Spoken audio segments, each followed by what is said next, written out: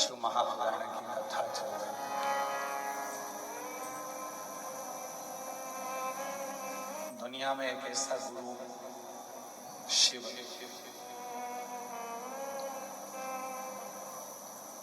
जो जन्म पर भी गर्भ में पड़े हुए बच्चे को भी गुरु मंत्र देता है और मरने पर भी तारक मंत्र देकर यहाँ से विदा कर देता है।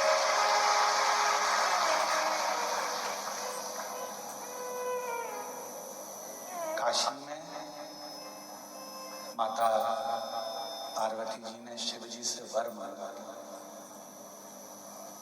कि जिसके भी काशी में प्राण छूटेंगे उसको गुरु मंत्र देकर, तारक मंत्र देकर आपको विदा करना।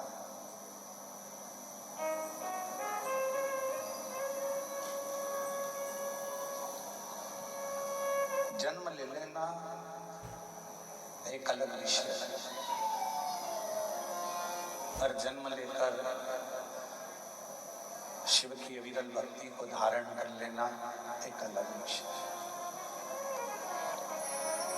और वो विषय भी केवल भगवान शंकर को याद कर लिया, शिव का स्मरण कर लिया, शिव नाम का स्मरण कर लिया, उतने में ही बाबा देवाधिदेव महादेव ने अपना फल प्रदान कर दिया। कितना सुंदर कहा है कि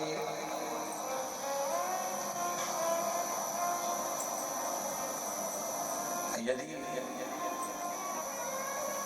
शिव की भस्म हमारे मस्तक पर लग जाती है, भगवान शंकर की भस्म जब हमारे कंठ पर लग जाती है, भगवान शंकर की भस्म जब हमारी भुजाओं पर लग जाती है, भगवान शंकर की भस्म जब हमारे हृदय पर लग जाती है, और ये शरीर उस भस्म को लगा अगर कहीं जाता है और भस्म का कण भी अगर कहीं पर गिर जाता है और उस स्थान पर कभी शिव का कोई भक्त नहीं रहता, तो भी उस गांव का, उस नगर का, उस शहर का कल्याण करने के लिए देवाधिदेव महादेव को आना ही पड़ेगा।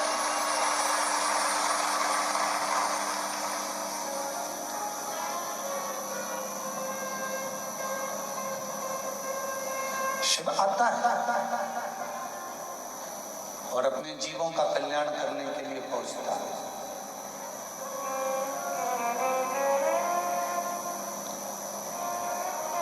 कल हम जब शाम को भोजनशाला में आए थे तो किसी ने प्रश्न करा था कि मुक्ति हमसे कितनी दूर है।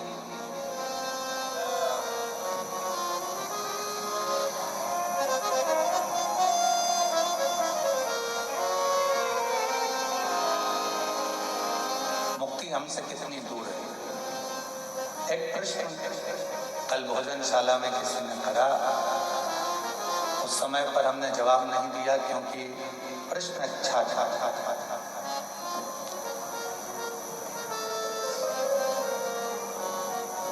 जो प्रश्न भोजनशाला में एक बहन ने, एक जीजी ने करा, वही प्रश्न एक शिष्य को गुरु से करना चाहिए, और वही प्रश्न एक बेटे को बाप से और बाप को उस परमात्मा से करना चाहिए।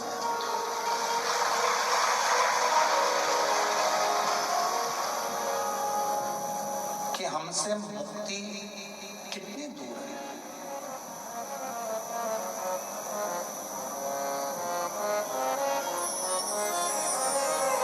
केवल शिव महापुराण की कथा कहती है कि मुक्ति 3 कदम की दूरी पर है।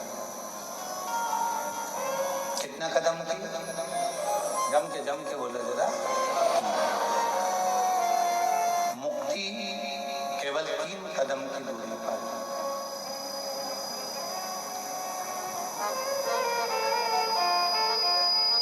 अब कदम पर चलना किसी दूसरे को नहीं है, चलना अपने को पड़ेगा। जिसको मुक्ति के पथ पर जाना है उसको ये 3 कदम चलना है। पहले नंबर का कदम बताया विश्वास, दूसरे नंबर का कदम बताया संयम का, और तीसरे नंबर का कदम बताया आपकी विवेक का। ये 3 कदम पर जो चल देता है उसको मुक्ति रास्ता।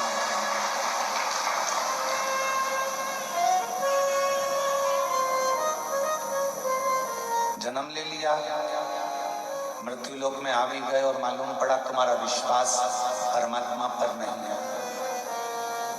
जिस पति के साथ तुम्हारी शादी हुई है, जिस लड़के के साथ तुम्हारा विवाह हुआ, उस पर तुम्हारा विश्वास नहीं।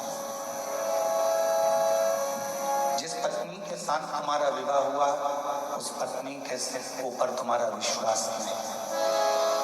जिस बच्चे को तुमने जन्म दिया, उस बच्चे पर तुम्हारा विश्वास नहीं।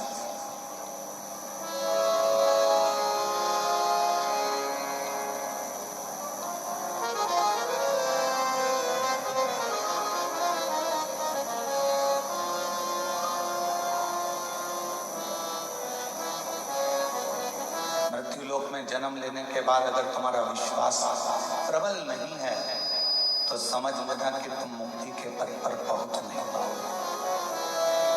मुक्ति के पथ पर पहुंचने के लिए तुम्हारा विश्वास का होना बहुत जरूरी है, तुम्हारे भरोसे का होना बहुत जरूरी है।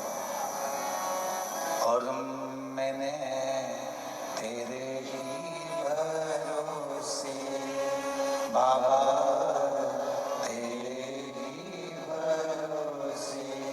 हवा बिच उड़ती जावांगी बाबा, और छड़ीला में कटी जावांगी।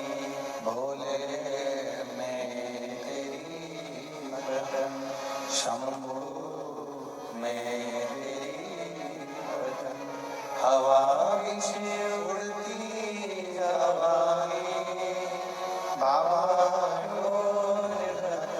छड़ीला में कटी जावांगी। पहला कदम मुक्ति का है आपका विश्वास।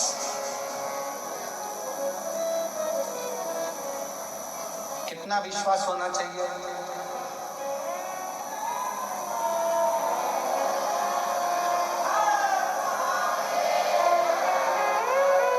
कितना भरोसा होना चाहिए, कितना विश्वास होना चाहिए?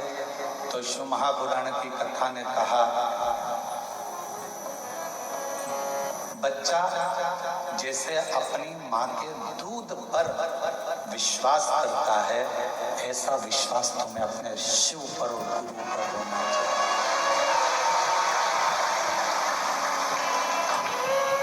अब बच्चा अपनी माँ के दूध पर कितना भरोसा करता है, जरा ध्यान देना।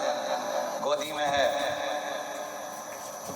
आंख बंद है, दूध पीता जा रहा है, मतलब शिव पर और गुरु पर आंख बंद कर कर भरोसा करना कि मेरा शिव और मेरा गुरु मुझे मंजिल तक पहुंचा। बच्चे ने शंका नहीं करी कि मेरी माँ मुझे कहीं जहर का दूध तो नहीं पिला रही है, मेरी माँ कहीं मुझे कचरे का दूध तो नहीं पिला रही है, इसमें कुछ गंदगी तो नहीं है, ये कड़वा तो नहीं है, ये मीठा तो नहीं, ये फीका तो नहीं, इसमें जहर तो नहीं। बच्चे ने दूध पीना प्रारंभ करा और दूध पीते पीते बच्चा अपनी आंखों को भी बंद कर लेगा, फिर आंख खोलता, फिर आंख बंद करता। कितना भरोसा एक बच्चे का अपनी माता के दूध पर होता है, उतना भरोसा एक व्यक्ति को अपने शिव पर और गुरु पर होना चाहिए।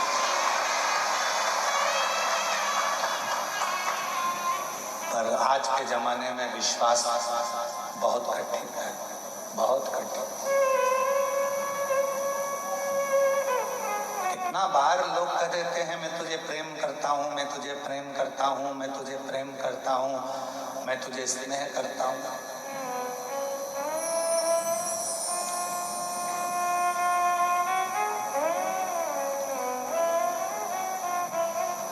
एक बात हमने पहले भी कहा था कि प्रेम करना एक अलग विषय है, पर जिंदगी भर साथ देना एक अलग विषय है, बहुत अलग विषय। हो सकता है कि प्रेम में कभी ना कभी खटास आ जाए,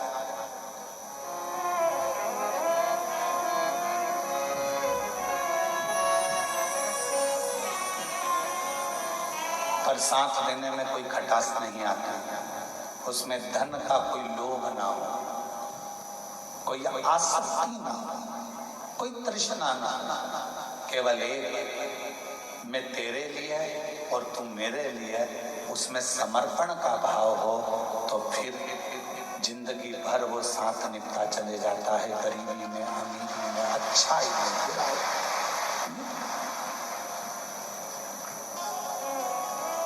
फिर एक लाइन भजन की स्मरण करेंगे कि वो लाइन भी इस जगह पर सटीक बैठती है।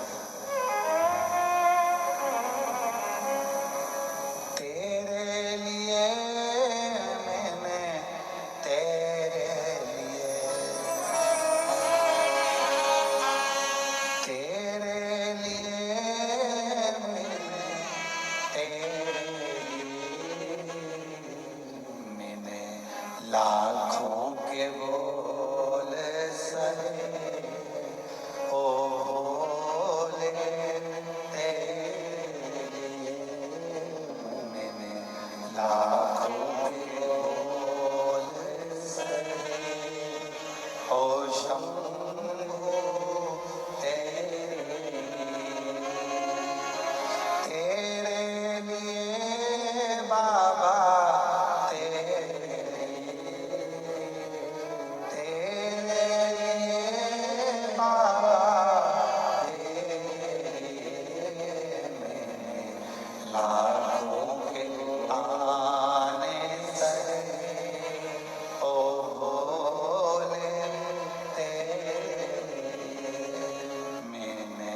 लाखों के ताने सहे, ओ शंभू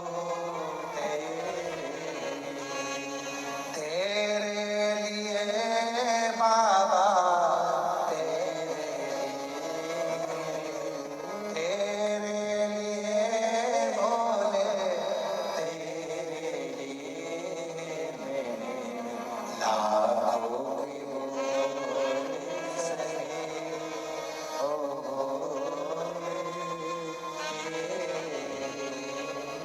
विश्वास जब संपूर्ण पूर्णता में आता है, तब अवस्था यही हो जाती है, यही अवस्था। गुरु अपने चेले को गुरु मंत्र देता है तो पूर्ण विश्वास से देता है। अब चेले पर आधारित है कि वो गुरु मंत्र पूर्ण भरोसे से ले रहा है कि नहीं। कभी कभी तुम्हारे साथ में ऐसा हुआ होगा, तुमने तुलसी का पौधा लगाया होगा या कोई दूसरा पौधा लगाया होगा, नहीं बनता, पहले तो दिख रहा था कि पनप रहा, पहले तो दिख रहा था कि पौधा में थोड़ी सी एनर्जी है, थोड़ा सा बल है, थोड़ी ऊर्जा है, पनप रहा है, खुश हुए, एक दो पत्ते दिखे तो तुम्हें खुशी हुई, अरे इसमें तो पत्ते आ गए, नए पत्ते आ गए, पत्ता आ गया, पौधा बढ़ रहा है, ऐसा लग रहा है बढ़ रहा है, पानी भी डाला, खाद भी डाली, सब कुछ करा, पर थोड़े दिन के बाद वो पौधा पूरी तरह से सूख गया। अब पानी भी दे रहे हो, खाद भी दे रहे हो, फल लग नहीं पा रहा। बस चेला ऐसा ही होता है, गुरु मंत्र लेते समय तो उसके अंदर इतनी ऊर्जा रहती है, गुरु पूर्णिमा आ रही है, व्यास पूर्णिमा आ रही है, गुरु मंत्र लेना है, मैं वहां जाकर मंत्र लूंगा, मैं वो गुरु जी से मंत्र लूंगा, मैं वहां जाऊंगा, वहां दीक्षा लूंगा, मैं वहां दीक्षा लूंगा। पहले पहले तो ऐसा लगता है पौधे में नई नई पत्तियां आ रही है, पौधा अच्छा लग रहा है, खूब खूब समर्पण पड़ता है,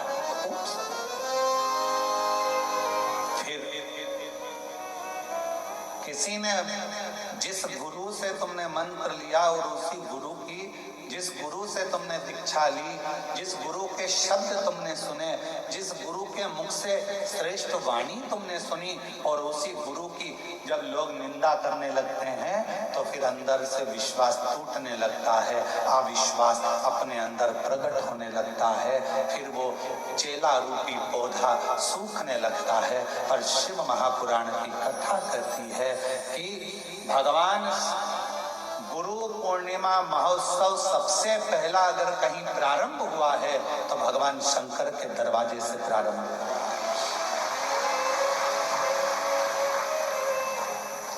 सबसे पहली गुरु दीक्षा, सबसे पहला गुरु मंत्र, सबसे पहला गुरु नाम अगर किसी ने दिया है तो मेरे भगवान शंकर ने भारत भूमि के सप्त ऋषियों को दिया, जिसको दुनिया पूछती है। सप्त ऋषि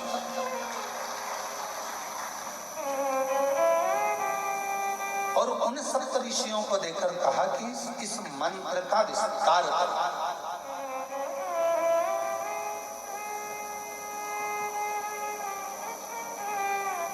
इस मंत्र को जनमानस तक भेजो और इस मंत्र का उच्चारण करने वाला किसी को गुरु बनाए ना बनाए, पृथ्वी पर जन्म लेने वाला अगर कोई मनुष्य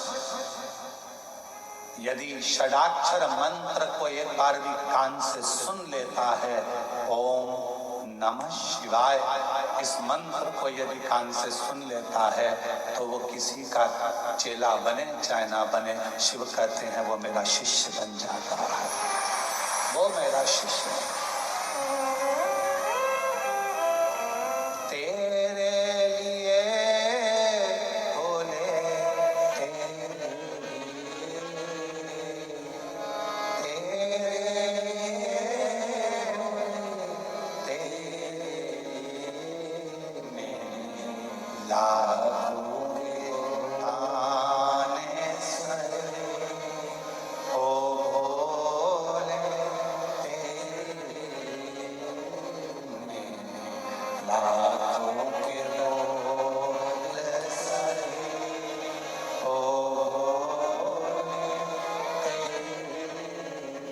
आप भी बोलो एक बार सब साथ।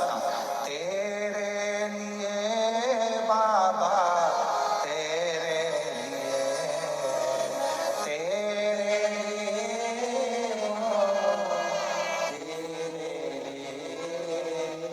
हम आप लोगों से इसलिए बुलवा रहे हैं क्योंकि आप लोगों के ऊपर ये सटीक बैठता है। घर में कई लोग आप लोगों को ताना दे ही देते होंगे, ये चली सीवर वाले महाराज की चेत।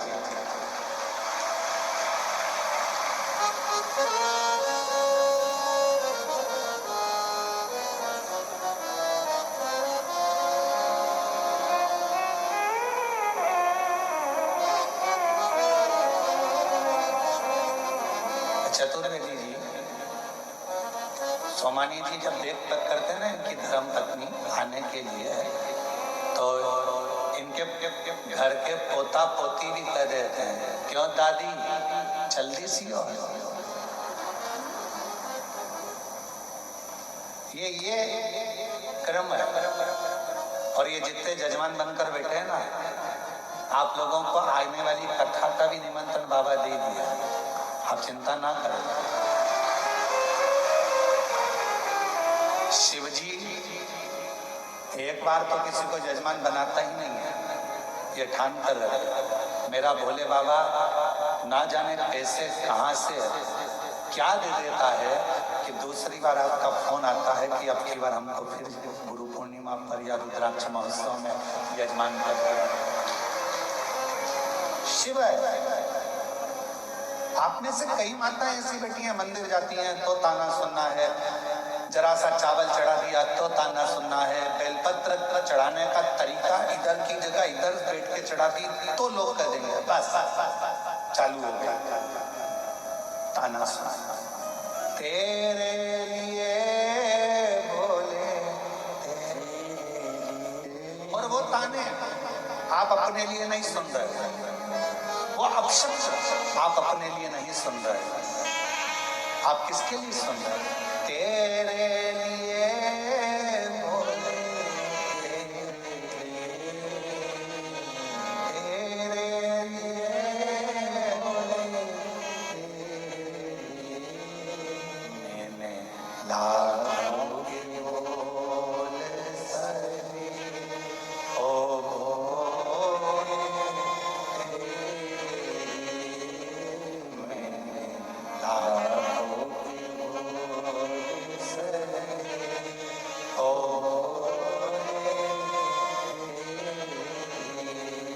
और संसार सागर में जब विश्वास दृढ़ हो जाए बहुत प्रबल, शिव पुराण की कथा कहती है कि गुरु का चेले पर पूरा भरोसा होता है। जब गुरु मंत्र देता है समझ लेना कि चेले का उस दिन दूसरा जन्म होता है।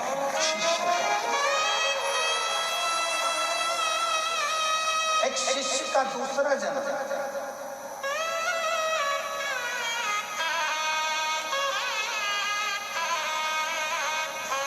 एक माता जी का पत्र आया, उस पत्र में माता जी ने लिखा कि हम बहुत दूर रहते हैं आसाम में, हम बुजुर्ग हैं, हमारी उम्र 80 साल की है और हमको गुरु दीक्षा लेना, हम कैसे आए?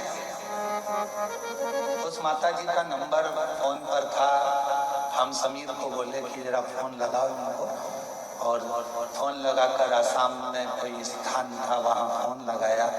उनसे हमने फोन पर बात कर कर कहा, जी माँ,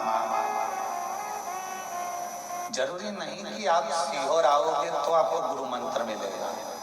आपने टीवी के सामने बैठकर भी अगर गुरु की वाणी को स्वीकार कर लिया और उसकी वाणी को सुनकर, कथा को सुनकर अगर तुम्हारे जीवन में थोड़ा सा बदलाव आ गया तो समझ लेना कि तुम्हें गुरु मंत्र प्राप्त हो गया है। जरूरत नहीं कि तुम यहाँ पहुंचो, जहां बैठे हो वहीं बैठकर शंकर भगवान के मंदिर में जाकर एक लोटा जल चढ़ाकर दिल से कह देना श्री शिवाय नमस्तुभ्यम, वो तुम्हारा मंत्र भी होगा और शिव तुम्हारा गुरु भी होगा। शिव रूपी गुरु तुम्हें प्राप्त होगा।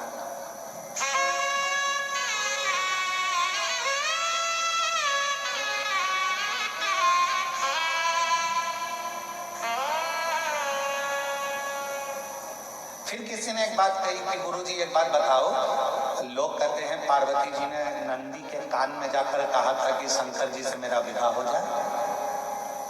कई लोग मंदिर में जाकर नंदी के कान में कहते हैं कि हमें शिव जी से कहना हमारे घर में आ जाए, 22/3 ये एड्रेस शंकर जी को बता देना, वो हमारे घर आ जाएंगे। क्यों गुरुजी?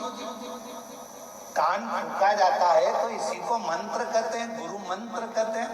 तो माताएं तो रोज मंदिर में आके नंदी का कान फूकती हैं, तो क्या नंदी इनका चेला है? तो हमारा निवेदन है, नंदी इनका चेला है कि नहीं ये पता नहीं, पर नंदी उसका चेला है जिसके चेले पूरी दुनिया है, जिसकी पूरी दुनिया चेली उसका वो चेला।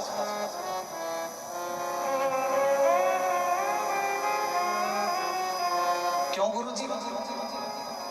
नंदी के कानों में कह दो तो नंदी तुरंत शिव जी से मिला देता है। ऐसा होता है, हमने पुराणों में पढ़ा, शास्त्रों में पढ़ा और हमने देखा है।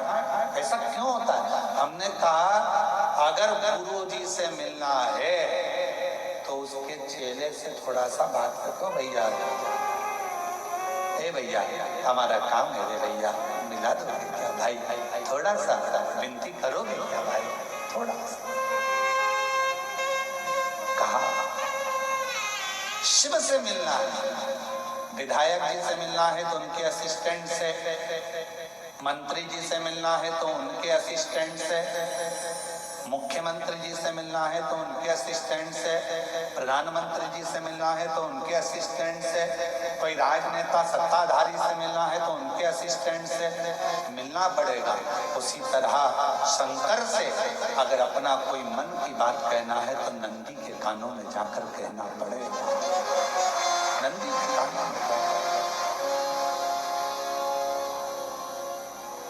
आप उससे कहो, वो सुनेगा।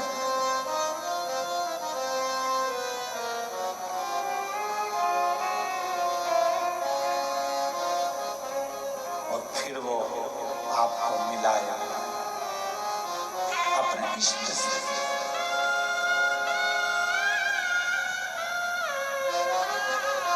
वो अपने इष्ट से मिलाने का प्रयास करेगा। और शंभु शरणे मांगू घड़ी दुख काटो दया करी मेरे शरण आको। ओ शंभु शरणे पड़ी मांगू घड़ी दुख काटो दया करी मेरे शरण आको। एक विश्वास, भरोसा अपने शिव पर और अपने गुरु पर पूर्ण। पौधा लगता है, थोड़े दिन अच्छा लगता है, पत्ती सूख जाती है, फिर मन कहता है पौधा तो अच्छा लगाया था, महंगा भी था, खाद भी डाली, पानी भी दिया, पर ये पौधा तो सूख गया। कारण क्योंकि वो पौधा ठीक नहीं था, लगने वाली जगह ठीक नहीं है। कई लोग गुरुओं को गुरु तो मान लेते हैं, पर बाद में उसकी निंदा थोड़ी सी सुनने को मिली कि उसके मन में ये आने लगता है कि हमारे गुरुजी तो ऐसे हैं, हमारे गुरुजी तो वैसे हैं। विश्वास का अविश्वास होने लगता है। अविश्वास,